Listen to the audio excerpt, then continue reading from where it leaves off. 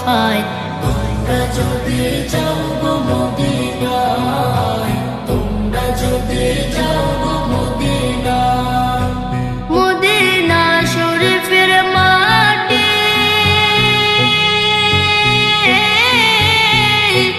আমার চোখে মুখে বুকে মাখিও। এমন পবিত্র মাটি, এমন পবিত্র মাটি আমার নবীর রওজায়।